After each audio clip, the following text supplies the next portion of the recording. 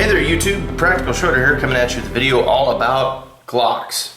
Hey, you know what? I wanted to make this video for you guys out there who are looking at going down to a gun store and you want to buy a Glock. And you're probably thinking to yourself, man, which one should I get? Should I get that full-size model? Should I get the compact model? Or should I get the subcompact baby Glock model? Hey, all I'm doing here today is I'm going to line this stuff up side by side, let you take a look at it, and put some bugs in your ear. So let's break these puppies down and get into them. Okay guys, we got them all broken down, and a few things should be just painfully obvious. As you can see here at the top, we got the baby Glock, tiny little slide. Glock 19, kind of in the middle, and the 17, which is a longer slide. Here's the recoil assemblies, barrels, mags, and frames. So, hoping that you can get a look here. The frames are kind of difficult to line up because they got these little thumb ridges on them that make it just darn near impossible. But let me hold this right in place, right like that. There we go. And now y'all can get an idea of what I'm thinking is the most important part to you, right here, okay?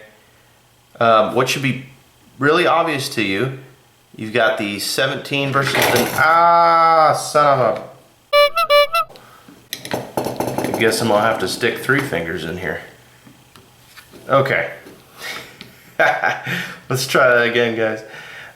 So what's gonna be obvious to you is you got the 17 down here on the bottom. Okay, the 17 you can see has more hilt exposed than the 19. That's gonna cause concealability issues.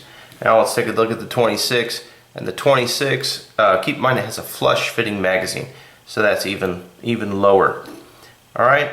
Kind of gives y'all an idea. On the fronts, what I want you to notice is that 17 and the 19 both have a light rail, whereas the baby Glock here does not. All right? Cool. Next, let's talk about the magazines. The magazines kind of, just reinforce the length issue. You can see the 17, the 19, and the 26. The really crazy part is 17 holds 17 rounds. I don't think Glock did that on purpose. And the 19 holds 15 rounds. Even though the 19 is so much shorter, it still only loses 2 rounds. And then here on the bottom, you've got the baby Glock at 10 rounds. Now, there are a lot of adapters and extensions available for Glocks, but don't think that they're calibers, or I should say model specific. You can get a +2 for any one of these, a factory Glock +2, and it'll snap right on the bottom. The only thing you're going to lose is, you're going to gain some length off the bottom of the gun, making it harder to conceal. Okay? Yeah, I'll bet you guys in California are looking at that going, oh man, look at all those numbers. Oh, those are so high, I can't count past 10. Ha! I love you guys. Keep fighting the good fight out there. All right, moving on, you got the barrels. Okay, so let's talk about barrel length. All right, see the 17 barrel, obviously, again, painfully obvious, is the longest. But what do you gain with that? You gain velocity, all right? Moving down to the shortest, 26, you lose some velocity. But we live in a wonderful world these days.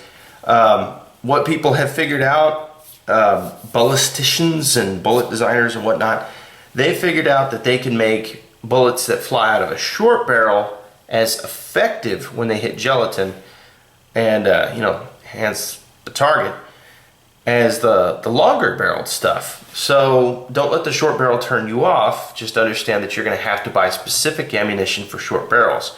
Hornady, for instance, I think it's their critical duty ammunition is made for longer barrels, whereas their critical defense ammunition is made for shorter barrels. Double check me before you spend money on that, okay?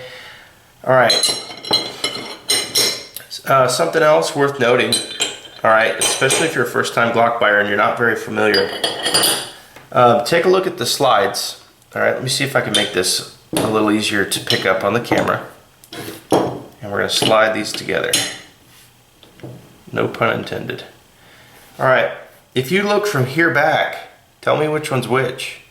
You know, okay, hang on, you see the 17 peeking out there. Cheater! All right. Something to keep in mind is that the back half of these Glock slides are all the same. So the end plates, the striker assembly, the safety, dude, it's like 3 a.m. out here. Sorry. The safety is all going to be the same. So you're going to be able to buy the same aftermarket parts. Like I said, it's late out here, guys. You're going to be able to buy the same aftermarket parts for this part of the slide if you're wanting to upgrade it, which, you know, it's hard to not upgrade the Glocks because they are ripe for it. By the same consideration, okay, the rear of the Glocks is also the same. Okay, so, I mean, it's to the point where, let's take a look at something real quick, okay? Now remember, these are all Gen 4, all 9mm. So look at the number on the extractor. Okay, remember that number. Now look at the number on this extractor. Yeah, what about this one? It's crazy, isn't it? So I say all that to say this. Don't think that one model or the other is going to be better for upgrades and stuff like that. Rather, what I want you to do is seriously sit back and consider what you're going to use the gun for. All right? They're all just as capable. They all have a place. But what you're not going to find is you can't undo some of the characteristics of the gun. Being able to modify the frame is very popular these days. People are doing it all over the place. A lot of folks out there will take, say, this Glock 17, and they will cut the frame, making a 19L. They'll cut the frame so that it fits a Glock 19 magazine. You can't undo that, but you can do it. What you can't undo is the length of the slide. So you'll lose concealability, and when I say that, you know, a lot of guys go, well, if I chop that, then I can conceal it. Yeah, until you put an appendix and that digs into your leg. All right, so that's a serious consideration for you, all right? Next, 19, there are guys that will chop that down too. But, you know, you still run into the same problem. Then the baby Glock, well, that thing's just tiny. You really can't chop it down any further. I mean, if you did, what are you going to do, put like one finger on there? That would be that'd be pretty uncomfortable to shoot, and I don't even know what mag you'd put it in there. So, moving right along, guys. What I kind of want you to consider, if you're going to be purchasing a Glock and you're looking for that one Glock, I'm just going to tell you right off the bat, man, steer away from the 17 and the full size. I know open carry is a popular thing these days. A lot of guys like to go out there and they like to say, well, I'm going to carry outside the waistband. I don't care how big my gun is. And if you're making a political statement, that's one thing. But to go out and do that, you lose your tactical advantage of carrying a weapon because now they know you have a weapon. And I say they, I'm talking about criminals, okay? Criminals will know that you have a weapon, and for the same reason why they like to break into houses and cars, they probably want that gun. If they can come up to you and they,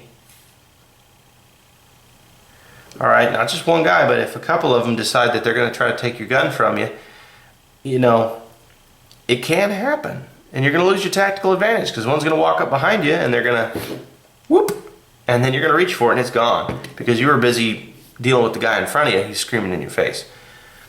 All right, so concealability is going to be one of your issues. So I'm just going to go ahead and steer you straight away from the 17.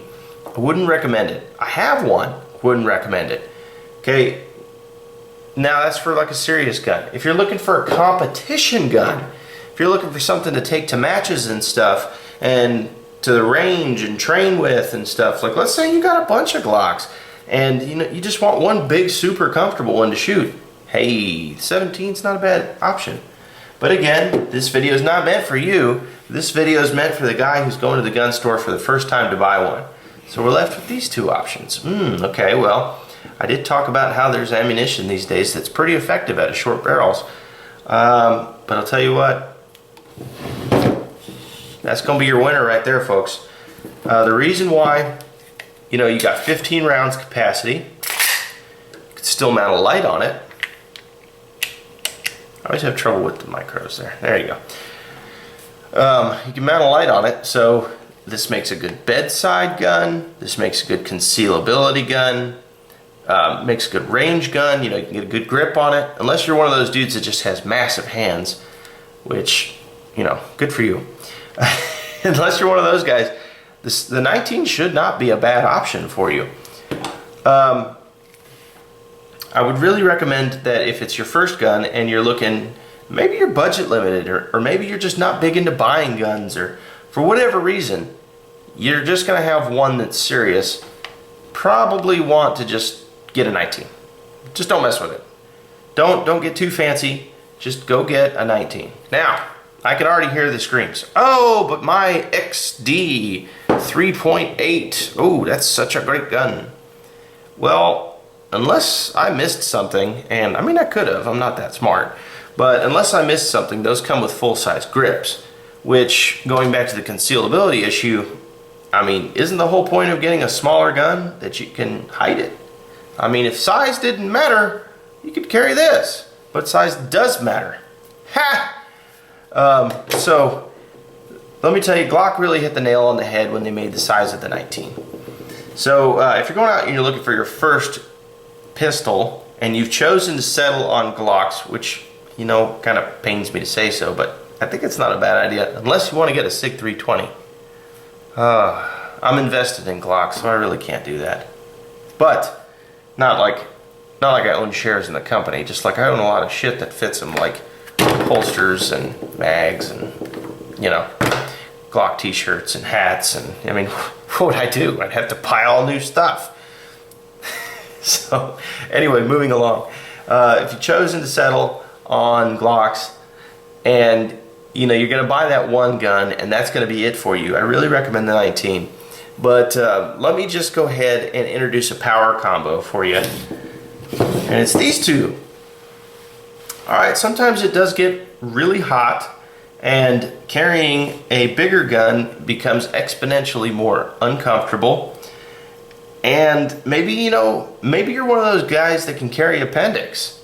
Well, you know what? Even though there's only about a ½ inch difference in the barrel between these two guns, it does make a lot of difference because of where it rides. You have to remember that it's this part down below the belt line, this part down below the belt line. So when you start talking about that, well, now all of a sudden they look much different, don't they? Okay, so that's the part that's sticking down into your pants, poking you in the leg. By the same token, you've got the hilt of the gun, which gets caught by clothing. Let me tell you, a 26 is going to disappear on your body. And that's important because if it's really hot, you're wearing thin clothes that'll catch on just about anything. A gun that disappears on your body, thus maintaining the utmost tactical advantage of the fact that you're carrying concealed in the first place, you know what, that's not bad, but you lose a lot of shootability with the 26. So having these two, one for probably 9 months out of the year and one for 3 months out of the year, and then, special situations, like you can pocket carry the Glock 26. Not a big deal. They make lots of holsters for that. Gives you a lot of options, okay? And one of the things I think is the coolest, actually, is a Glock 26 with a 19 magazine. Now they make this. There's nothing really wrong with carrying it this way necessarily, but what you can do is, I'm sure you guys can see that. There's a little bit of wiggle back and forth there. It doesn't seem like a lot here, but what you have to realize is up inside of here, the bullet is going like this.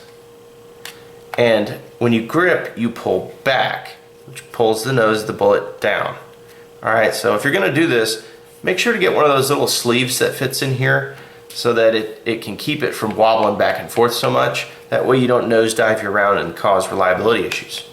All right, another thing that they do for the Glock 26 is that they make little floor plates that fit onto your factory magazines that you can add 2 rounds, or you can just leave it factory capacity at 10 rounds and put a little pinky stopper on there so that when you get a grip on the gun, you got that little bit here for your pinky, and it makes it feel like you got a fuller grip. Okay, it's kind of like patting an A cup. I mean, there's more. So that pretty much wraps it up, guys. If you have any questions, I'll be glad to answer them. Not trying to dog on the 17 or anything like that. It is a great gun. I like it. I bought one. But at the end of the day, I really do think that this is the power combo, and if you're going to have one gun, make it the 19. All right? I'll even go so far as to quote James Yeager. Y'all ready for this? All guns should be Glocks, and all Glocks should be 9mm. And all Glocks should be 19s. I think that's what he said. He's probably, especially for the time, not very far off. So this is Practical Schroeder. I hope you guys enjoyed this little tidbit of advice and a brief comparison. Y'all stay classy.